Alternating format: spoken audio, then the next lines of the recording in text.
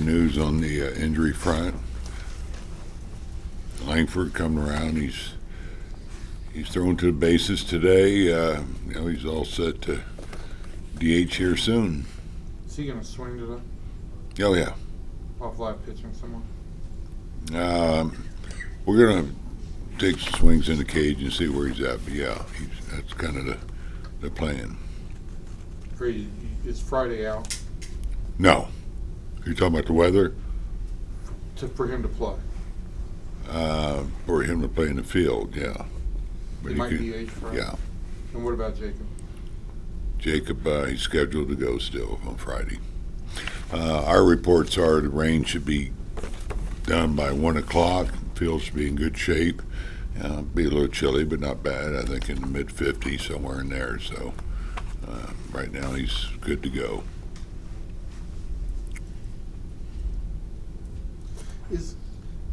We're basically, I think tomorrow will be 2 weeks into games, right? Is this the kind of the point in time in camp where you can dream on guys a little bit? Dream as far as making the club or where they're going to play? Be more the club and by guys. It's not quite, you're like some of your kids are pitching against kids and they're having numbers. Yeah. I guess to your point, I think this is when you get to appreciate some guys that you don't know and how good they are. And I'll just be specific there with a couple guys like Osuna. I mean, the type of baseball that he's played, and of course the young arms. And it's early in camp, but we've never made any decision on March 5th, whatever, 6th. But you look at Teodo or Church, and we have some good internal pitching that excites you. To go along with the rockers we talk about a lot, and the delighters, those guys. But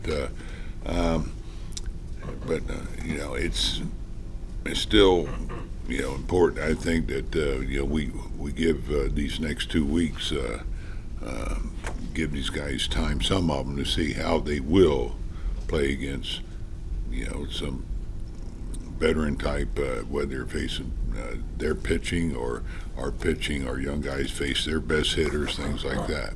And so this evaluation is really where it gets, I think, at its heaviest when it starts right now. The early part, they're trying to get settled in and trying to get their swing or trying to get their command. But at this point, they should be about there. But guys like Church and Teodo have done what they needed to do in the first 2 weeks, which is create buzz, which is not eliminate themselves from conversation. Right. And sometimes you have to remind yourself that you don't pick a team from the results in spring training, but you look at how they're thrown or how they're swinging the bat and go, that's exciting, because that they can help you at some point. And that's what really excites me, is to see the talent that some of these guys have, because you're going to need depth, and for the future, you realize we're in good hands with some of these guys. And on the one other thing on the bullpen, right? You've got all those veterans that you acquired, right up into camp. Do you have to have a guy in the bullpen that is optionable so that you can swap pieces out as needed? It certainly would make life a lot easier. There's no getting around that, because you don't know what's going to happen during the season. Have to make a move and get a fresh arm, and it makes it a lot easier if you have that flexibility. And so, do you have to? No, but then you may have to get creative, and find a way to maybe get some help when you're in one of those situations that always comes up during the season. So that's why clubs do like to have that flexibility. But you don't want to get away from breaking with your best team too, and you worry about that when it comes up. You've mentioned Hobie Milner a few times as a guy that could help. Like, we're just a few weeks in, what have you liked about what you've seen from him? He's finding his way, but he's gonna be fine. Yeah, Hobie, gonna be a left-hander in our bullpen and help out in those pockets where it's going to best suit him. And he comes from a different angle, gives you a different look. He's a pro. He's had to perform under pressure, pitching in postseason and down the important games in September. So he's a experienced guy that will get better and better before opening day. So you have the 6 guys. So is it fair to say you have 2 bullpen spots open? Maybe 3. Maybe 3. Maybe, yeah. I don't think we're going to stop from being competitive. Somebody may force the issue. So yeah. And 12 guys competing for those 3 spots. 15 guys competing for those 3 spots. About 40 at one time. No, but seriously, I think we all know the guys who won't be with this team. We've already sent some down, but there's going to be some hard decisions coming up here real soon. Is it fair to say that 2 weeks into games, that 3 guys you just mentioned, Osuna on the position player side, Kyoto and Church on the pitcher side, that those are the young guys that have opened the most eyes here? Oh, no question. Yeah. Leiter's been with us, so I don't know if you want to put him in there, but he's really thrown the ball well. But I think you have to look at, again, not looking at results as much as, although they're getting results, but how they're playing, how the hard contact, the stuff, the command that those young kids you mentioned are pitching with. Man, that's what you're hoping to see. And I had heard a lot about Osuna, from last year, and of course going to the fall league. He's been every bit of what I heard, and even more. I think even the players here have enjoyed watching him. So he'll be over playing against the Dodgers. Put him in a cleanup spot. So you're not going to see him today. So obviously he's out of sight, out of mind. I'm kidding. Did Church? How close did he come to making the team last year? I mean, he was in the mix. How close? We felt it was best for him to go down. Now he's a guy that we got, like Teodo, we got to take care of. Those guys haven't pitched a lot of innings, and so that's why we've given Teodo a few more days before he goes out there, before he pitches. And Church, you look at the workload that we're hoping to keep him at this year. So they are guys that we will keep a watchful eye on. So Teodo pitched yesterday. When you say a couple more days, when he's Probably 3. He'll probably get 3 days off. So he pitched Sunday. Yeah. In Church, same kind of schedule, or A couple of days. Yeah.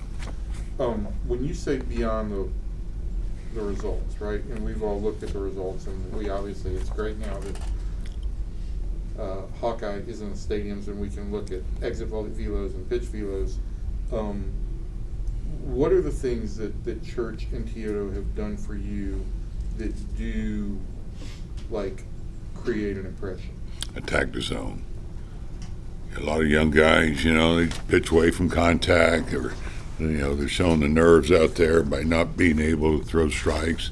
And both of them attack the zone. They're pitching with confidence. They think they belong out there. They think they can get the hitter out, and they have the stuff to do it. And sometimes you got to break that barrier, but that was never there for them this spring. Still planning on Jacob pitching? Yeah, And Wyatt will play? he's DHing. He'll play left field tomorrow, Wyatt, so he'll get probably a couple of bats tonight. And Jacobs just 2 innings tonight, or is that open? One, maybe two, Really? really. Why only 1? Is what we have on schedule for him. We'll see how the inning goes and whether whether he goes back out there or not. Is the plan in these next 2 weeks to give Wyatt reps at left, center, right? I mean, how do you guys see deploying him defensively? Left field, I'm not going to move him around, especially coming off an injury. He'll be out in left field, and we'll have to watch his workload, with just cranking it up. But tomorrow he'll be in left. So we saw Dolis grabbing a bat during our time in the clubhouse. Is he that far along? He's swinging a bat? He's feeling pretty good. I don't know if he's going to swing a bat. He might do some dry drills, but he's not going to take batting practice. Right. So he's probably just starting to feel pretty good where he can take some light swings.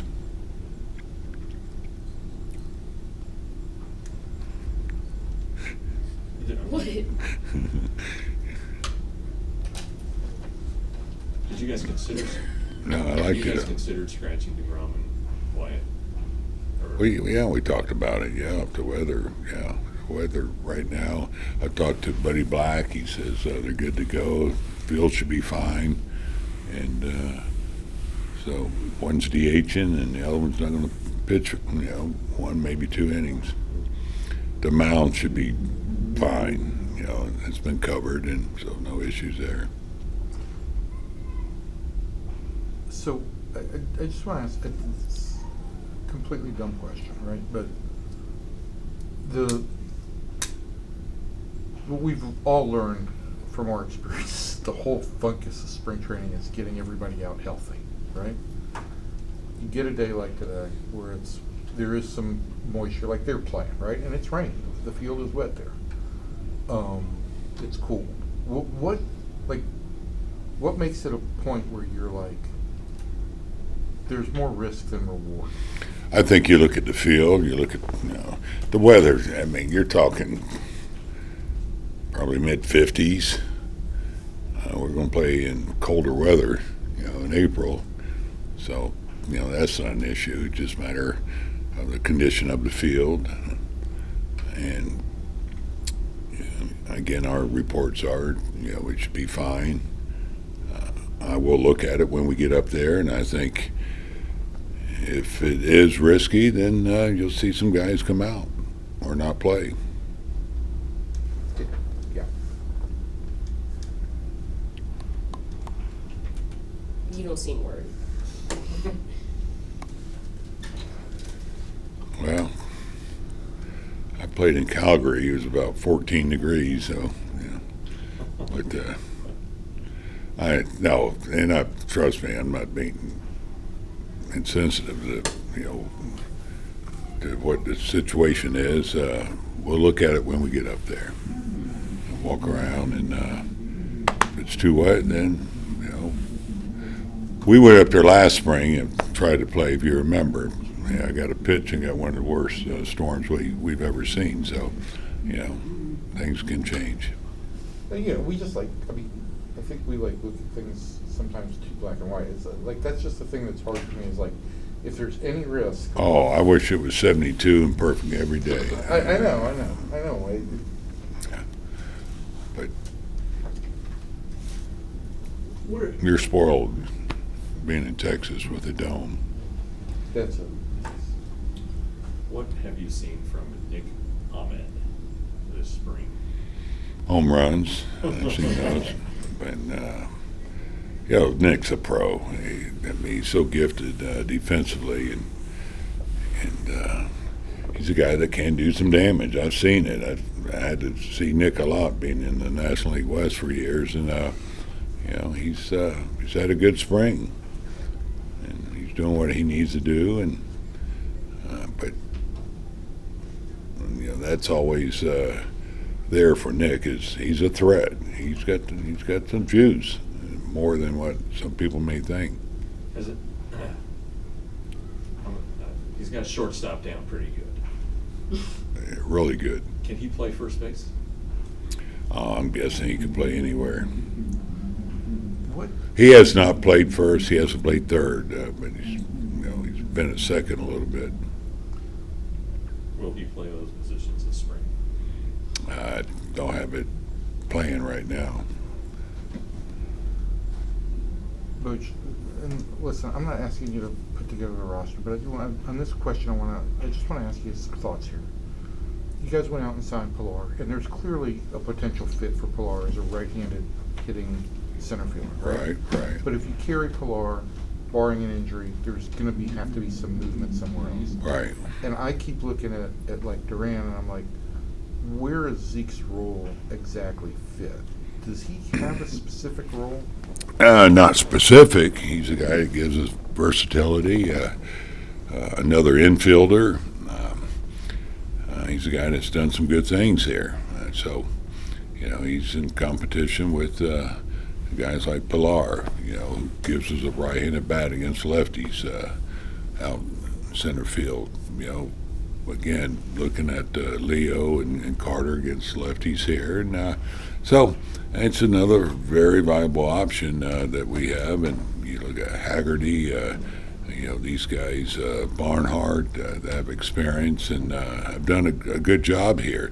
So these are things that, we are talking about every day, CY and I. And we'll have some difficult calls, no getting around it. But it's nice to have these options that we have. So, and we still have time left in camp. And knock on wood, nothing happens. But Right. we have depth. And but getting back to Zeke, Zeke's coming off a year that wasn't as good as his 23, and so he's competing for a spot on this club. You said Wyatt was going to play the outfield today. He just had another day, so he's good to go in the outfield. He'll play left field today. Tomorrow he'll stay back, get some ABs in the squad game, get some more innings. We got to get from the pitchers down here at this complex. So, but he'll probably get 2 at-bats, maybe 3, 4 or 5 innings. Okay. Same plan for Jacob going today too. 1 to 2 innings, max probably 30, 35 pitches in there. So see how it goes the first inning, go from there. Could be 1, could go back out, could go out for a hitter. So, but I know he's excited about getting out there, as we are, to see him out there. What's the difference in the Jacob that you've seen to this point, this spring, as compared to the first spring? Is there? I don't know if there is a difference. He's throwing that well now, and he was throwing really well then. So, Evan, I can't tell you there's any difference. I've been asked that, how he's doing and, where he's at. And you've seen his bullpens. He's throwing the ball like he did when he came here the first year, and with his great command. So, there's really nothing any different. What about the guy, though? He seems, I guess in 23 he was getting to know everybody, getting to know us. He seems pretty loose. And Yeah, sure. And like all of us, you get more comfortable the longer you're in, one place. And so I'm sure that's the case, especially with you guys, you got to build that trust. No, but all kidding aside, I think he's in a good place. I think a big reason is the fact he's healthy. He's had the surgery. Everything feels really good, and that puts you in a good frame of mind. If you get little things going on, and I don't know that he did in that spring in 23, but as the season went, things were creeping up. He could feel it there. So, I think he's excited about where he's at with the arm. I know I'm overthinking this, but to me, and I've thought this for a while, that in 23, there was that element, like Jeff said, of getting to know everybody, and he's more comfortable now. That seems to be very evident. But I also thought, he came in, the back was stiff. You guys are still getting to know him. And maybe there was some lingering things about is my elbow, is something wrong there? And that's the only thing I was wondering, does it seem to you like he's just in a better headspace all around?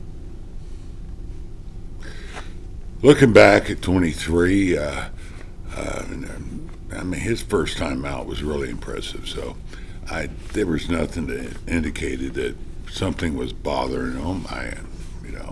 Like I said, that came as he started pitching during the year. He could feel that, the elbow a little bit and in the forearm area. You're not, hearing that from him now. So, that's why I'm saying I don't notice any difference in the spring.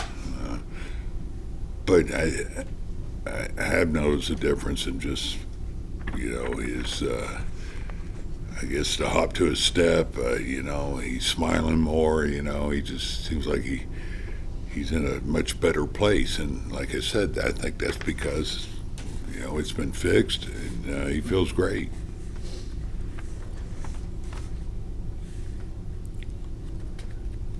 On a different Jacob, I guess Jake technically, what are your impressions about Jake Berger as the person, but also as a player? Oh man, this guy, it's just been a pleasure, from day one. Just getting a chance to spend some time with him in Nashville, with him living in the same, in my neighborhood. He's my neighbor, and really just loves the game, real passion for the game, a learner. Just he's out here every day to get better. You see, the ground balls he takes. He wants to be a really good first baseman. The hitting, so the talent is there, but it's the person that you really get to appreciate, especially what he's gone through. And that's a lot on his plate, but he's able to handle it all and just do very well with it. And teammates love him, and that's, as we talked about with Jake. It's never an easy transition. I don't think your first time in a new clubhouse, but with him and with Jake too, I think it was a really easy transition for him.